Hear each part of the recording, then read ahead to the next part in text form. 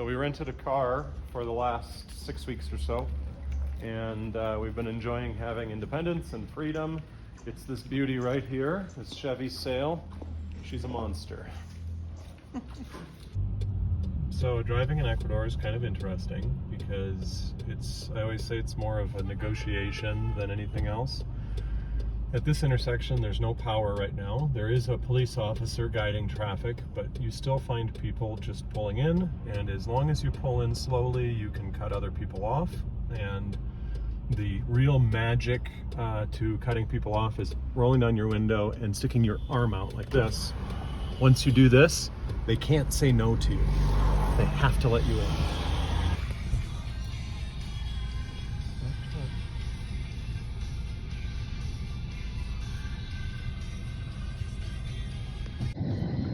So there's a lot of speed bumps here, usually 2 or 3 in every town, and our car does not have good clearance, so I have to go diagonal over many of them so that we don't scrape.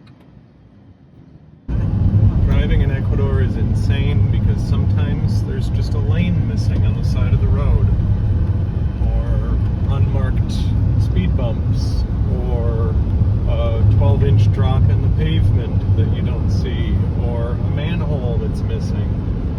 It is very treacherous to drive here. Road is missing here in the left lane, and then completely unpaved here for, I don't know, 20 yards, 30 yards. Just normal.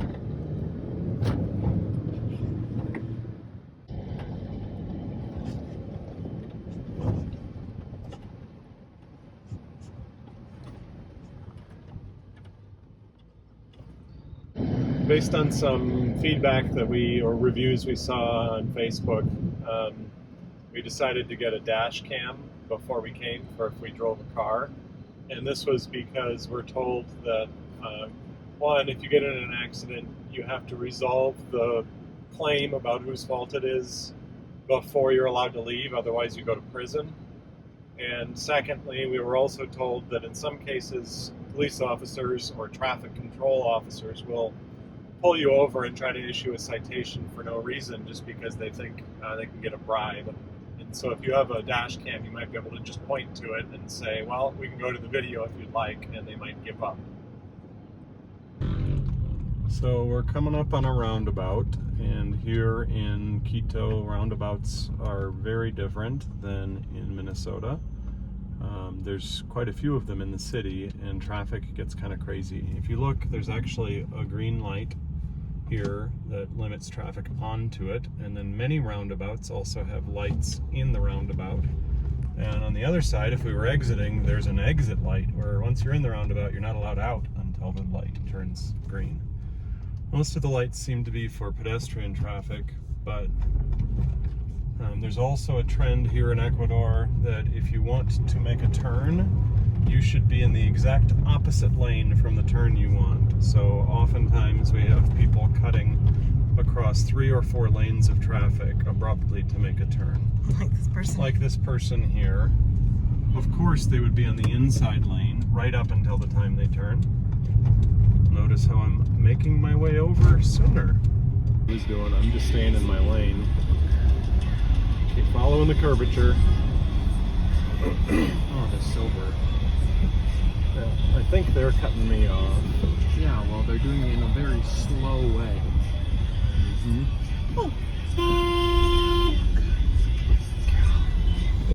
Something that we've learned since getting a car here is that in Quito, a measure that they've taken to reduce traffic during the week, which means that the last number of your license plate tells you which day of the week you're not allowed to drive during rush hour, morning and evening. Our day is assigned as Thursday, so today is actually Thanksgiving, and we had wanted to be out of the city early, but we weren't allowed to drive between 6 a.m. and 9:30 a.m. So here we are, leaving to go to Thanksgiving.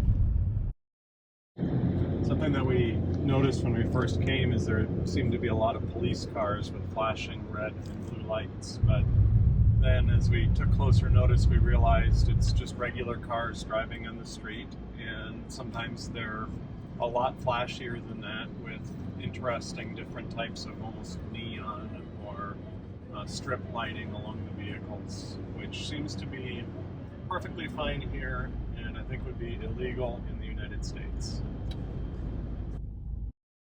No matter where you go, if you want to park a car, there is an attendant helping you back in, guiding your car, and expecting a tip after you're done. Even though you really don't need the help, they stand there either on the side of the road or at the grocery store in the parking lot, or really, like I said, anywhere you need to park, somebody wants to be paid. Gracias.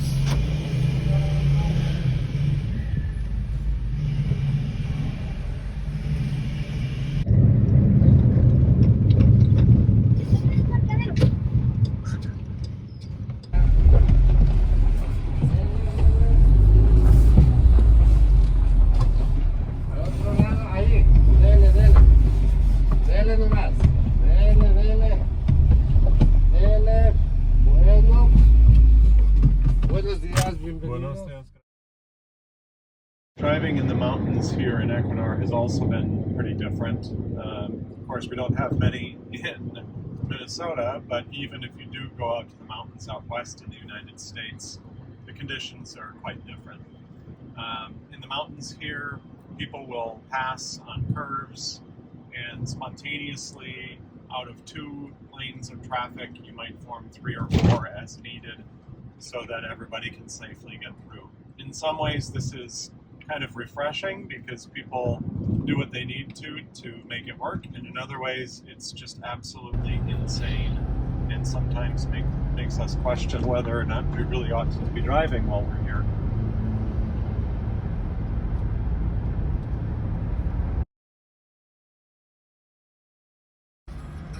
Buen día, ¿puedo pagar con mi tarjeta hoy?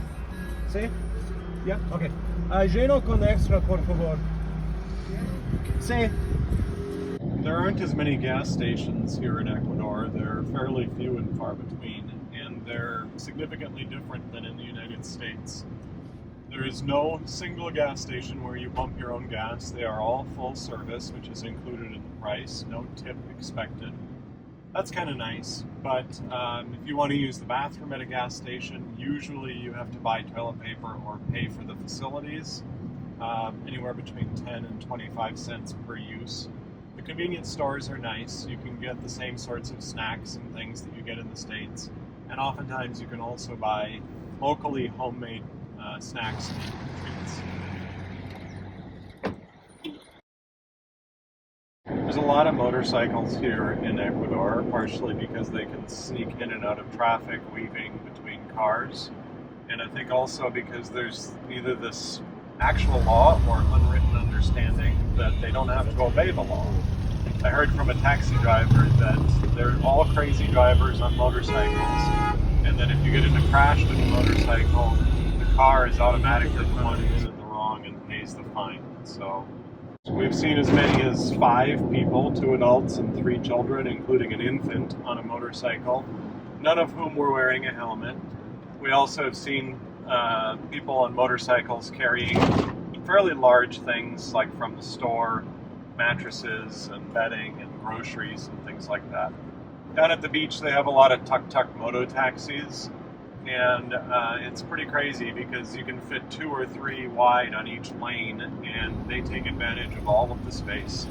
But me and the kids wanted to ride on a tuk-tuk moto taxi, so we took one between our resort and Atacames, and it was a fun ride, fun experience. All in all, they're pretty fun, but it's also really, really crazy traffic.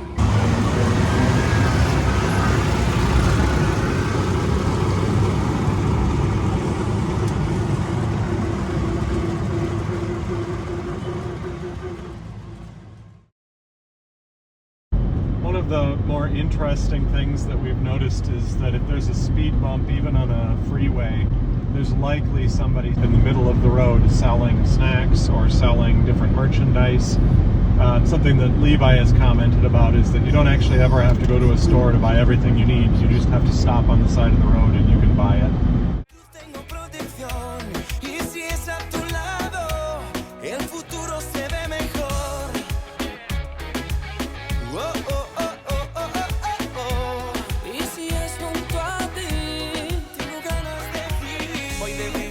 Tengo ganas al lavarte todas las mañanas. Abro la ventana y veo el sol brillante. Con ese primer suspiro yo quiero adorarte. Donde quiera que me envíen, ahí yo iré. Aunque esté en la línea de fuego, yo tengo fe.